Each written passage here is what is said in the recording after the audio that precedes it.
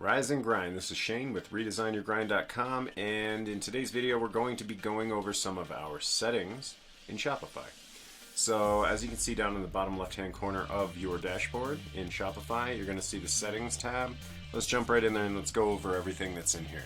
You're going to notice first we've got general. You've got your phone number, your billing address, all that information, your time zone, unit measurement. We're using Imperial. If you're in the UK or if you're anywhere else, metric system may be for you. We do everything in pounds here. Still don't know why. Store currency is set up in US dollars. Up here we've got our store name, we've got our store contact email, and our customer email as well. Okay, so that's pretty much just the general tab. Let's go back to settings. Payment providers down here. This is going to be how you're going to process payment. Shopify Payments is great. They accept all major credit cards, Apple Pay, Google Pay, Amex and Discover. On the basic Shopify plan, you're going to be getting a rate of 2.9% plus 30 cents per transaction with a 0% transaction fee. That's just what it is. If you get the higher level tiers of Shopify plans, let's say you want to upgrade your plan, these rates do go down. You're going to want to set up a PayPal as well. I will do an entire video on PayPal as a payment processor and the pros and cons of it, but we're not going to get into that right now. Just know that PayPal is going to be a preferred payment processor for a lot of customers. It's trusted, however, sometimes they can hold your money for a really long time. Amazon Pay, if you want to use Amazon Pay or a third-party provider, you can set those up down here.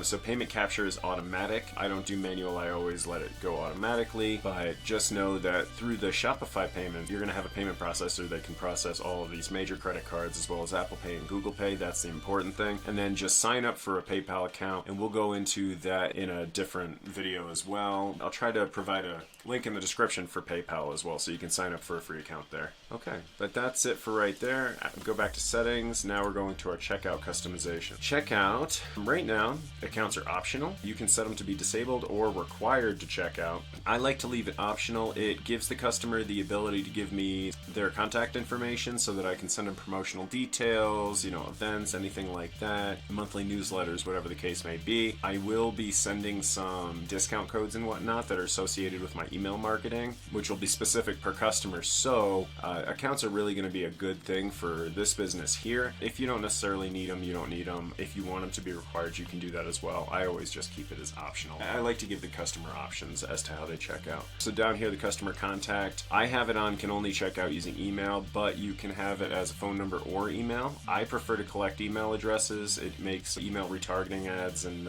promotions much easier, but you can do this any way you wish. To receive shipping updates, they can choose to add a phone number or email to receive their shipping updates after they complete their order. I do want that, and I also do want them to be able to download the Arrive app from their order status page. That way they can track their order through Arrive. Arrive is a Shopify app. It's great for customers, so I like to use that if I can. Form options, I'm going to require a first and last name just for fraud's sake. I don't want to deal with any potentially fraudulent orders, so I'm going to make it just a little bit harder. The company name is optional if somebody wants to wholesale directly through us, and at some point we may set up wholesale pricing through a gateway, and we'll go over that in a separate video as well. Then I'm going to leave this optional just in case people want to do wholesale orders through Time and Timber. The address line, I'm going to leave it optional, and the shipping address phone number, I'm going to leave hidden. Actually, I'm going to put that optional as well. While the customer is checking out, use the shipping address as the billing address by default. I always leave that checked. Also enable address auto completion.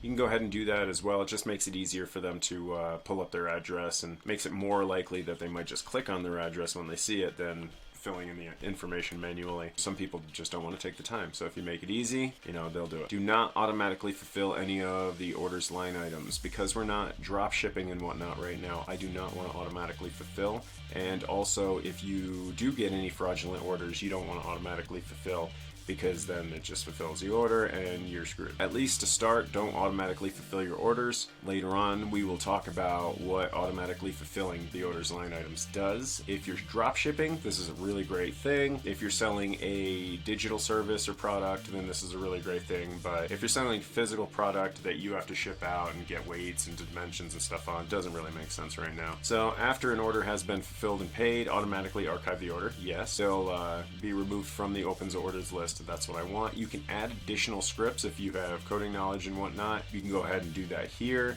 And then email marketing, show a sign-up option and pre-select the sign-up option. I do want that just so I can collect email addresses for later marketing. Abandoned checkouts, automatically send abandoned checkout emails, and then you can go in right here to customize email, and you can actually customize what they see after they've abandoned a checkout. So if they put things in their cart and leave, you can have it sent to them. I have it on 10 hours right now, so 10 hours later they will get a pre-generated email saying, hey, those items are still available. Were you still interested? And then your checkout language is down here. We have it in English. You're probably going to have it in English if you are watching this video. So back to settings, shipping. Okay, so shipping, you're going to go ahead and set your rates at checkout. So this is a shipping profile. To create a new profile, you go here, and this is going to be for all of my products right now. So I've got a general profile set up as default. Go to manage rates.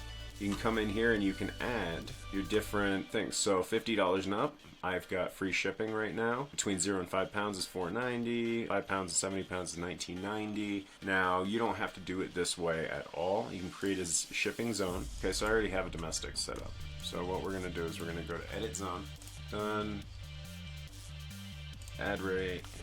So you can set up your own rates or use a carrier rate, right? Come here, you've got DHL, UPS, and USPS. You do get discounted rates on shipping through Shopify, so keep that in mind for UPS and USPS especially. But we're gonna set up USPS. We're gonna do the priority mail, and we're gonna do first class mail. So future services automatically show new shipping services. Meh, we're not gonna do that right now, but we're gonna hit done. Now this pops up, right? These are calculated rates and these are fixed rates. We can get rid of these fixed rates, and at some point I probably will, because this is 3 standards and 2 expedited shipping models, and I think I'm going to end up losing money on this, but we'll see. We'll see. The $50 and up, I think I do want to offer free shipping no matter what, just because I think my profit margins will allow it, and free shipping is a big deciding factor in if people actually decide to buy your product on a website a lot of time. We'll probably come through here in a later time and fix some of this stuff, but just know you can modify your stuff here. The rest of the world, you can have USPS and DHL or UPS or whatever you want as well. So this site will probably do international shipping, but we're probably still going to focus on domestic advertising and marketing. So then you just hit your save up here. We're just going to hit discard because I don't want to mess with my shipping settings quite yet until I get kind of more involved in the site itself. So for your packages, you can add packages. This is a sample box right here. It says it's 8.6 inches by 5.4 inches by 1.6 inches at 0 pounds for the box itself. That's the default. You can edit that, or you can add another package. If you're using all the same packaging, you want to make sure that you know what the weight of the box is and the dimensions, and you want to put that in. Because if you're doing calculated shipping at checkout, a lot of times the USPS and UPS especially will determine what type of shipping cost you're going to get, not only on where you're shipping it, but what the size and weight of the box is. You want that nice and easily available. For your shipping profiles, we went over that. Shipping labels. These are the discounts currently through Shopify. UPS gives us 73% off through Shopify, USPS a 22% discount, and DHL up to 64%.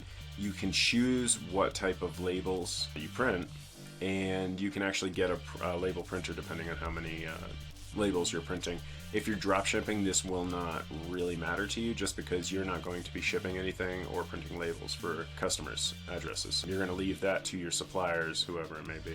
Packing slips. Okay, so a packing slip template. You're going to go into edit. You can actually change the way that this looks. You can code to if you know how. However, I don't mess with a lot of that. Sometimes I will just change some of the things that it says, like thank you for shopping with us. So you can preview it here and you can see exactly where the thank you for shopping with us would have been here on your packing slip. So it's going to be down here. You can change that to say, we really appreciate your business. If you have any questions, comments, concerns, please feel free to reach out. And whatever you want, whatever makes sense for your brand. Your brand personality needs to come out through your packing list, but this will be included in every single package that you send if you're sending physical products to people. So keep that in mind. This is another way to talk to your customer in a very personal way. But anyway, we're going to go back to shipping real quick. That's your shipping labels and your packing slips, and then accounts and integrations. This is for carrier accounts and fulfillment services. This is pretty advanced stuff. If you are not using a fulfillment service, or if you don't have a carrier account with a distributor, then don't worry about this kind of stuff. Just leave that as is. That's not going to help you right now. Back to settings, and I know this is a longer video, guys. I do apologize. If you want, take a quick minute, pause the video, go grab yourself some water or a snack or something. But we got to get through this stuff. You got to know that it's here. Otherwise, you'll never know how to use it.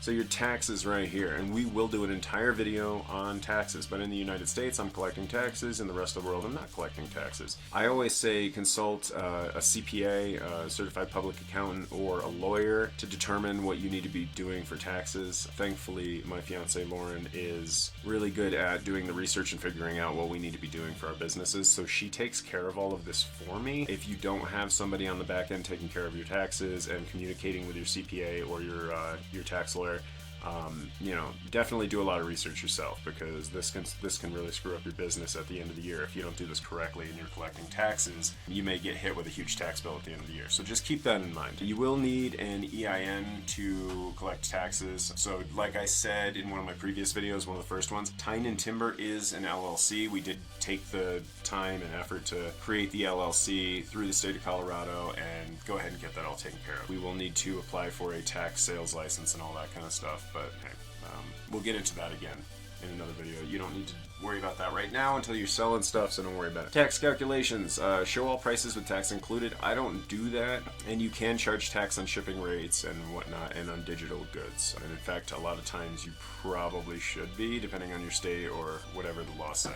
So just know your laws, that's all. Just do quick Google searches, find out which of these apply to you. I never show all my prices with the tax included. You may want to, depending, especially if it's a digital product, you can actually have the taxes included and then have the product be $500, $2,000, whatever it may be. But I don't do that. A lot of people in the US understand sales tax, so I allow that to be added at checkout. But there are things to be said on both sides of that. So anyway, back to settings here. That's your taxes. Locations. If you want to manage physical locations, you can set up multiple locations and set up multiple tax districts so that you never have to worry about whether or not you're paying enough taxes, and it actually can separate your sales store to store. So if you're doing retail brick and mortar stores, or you're doing pop-up events in different areas, you can set up those different areas and have the relevant taxes coming out, and then track sales and revenue and whatnot through those locations specifically. For notifications, these are a whole bunch of different emails that can be sent out at different times to your customers depending on what is going on within your store and how they're interacting with it. For example, the first one is order confirmation. It's sent automatically to the customer after they place their order. This is just saying, hey, we've received your order. This next one is if we have to make an addendum, we're out of a product or anything like that, or they paid too much, or we can edit their orders, and this sends them an email letting them know what we're doing. Same thing with invoices, canceled orders, refunds. So you can go through here and you can customize, and the customize button right here, right? You can customize every single one of these things. Fulfillment requests that get sent to your suppliers overseas or whatever, you can have those automatically set up the way you want them and customized. Shipping confirmations to the customer after you've shipped the item. As soon as it gets fulfilled in the system and has been shipped, this will go to the customer and say, hey, it's on its way. Updates, if you ever need to send updates or anything like that. Anything that's going to be automated, you can automate through here. Customer account invites, welcomes, password resets. You get it, right? Come in here, you can play around with them, and then you can actually send yourself a test notification email to see exactly how it's going to look within the client's or the customer's email. All right, so that's enough on that. We'll go over all of these things in future videos. Files. This is where you're going to upload different logos, pictures, anything you're going to be using within the website builder itself down here. And in your theme, it's going to be located here. You can trash things here, you can add things here. Generally add them within the website editor itself. Sales channels. This is going to be important down the line, but right now, all you have is your online store. At some point, we're going to add our Facebook store here, our Instagram store here, and all the networks therein. We're going to maybe add Amazon or eBay, depending on where we're selling. If it's a physical product or we're drop shipping or something like that, that may not be the best option for us. But if we're holding inventory, than Amazon and eBay, maybe even Amazon FBA, fulfilled by Amazon, and we'll go over what that means. That may be a great option. So, this is where you're going to add a sales channel. It's going to pop up with a bunch of different sales channels. For example, the Facebook shop right here. You can go ahead and click on add here, and it's going to add the Facebook sales channel, but it's going to ask me for some additional information. So when you're adding sales channels, all you got to do really is go in through here and then sign into your social media account, and it'll link your store to your social media account. The sales channels, we'll get into that in a different video when we start adding sales channels to this thing and really setting it all up. Plans and permissions, this is what your staff can see. If you decide to bring on virtual assistants or something like that, they may really become helpful in the future, but for right now, you're probably doing everything on your own. So this is your Shopify plan. Time and Timber was created on December 22nd. It has a basic Shopify monthly plan that is active, right?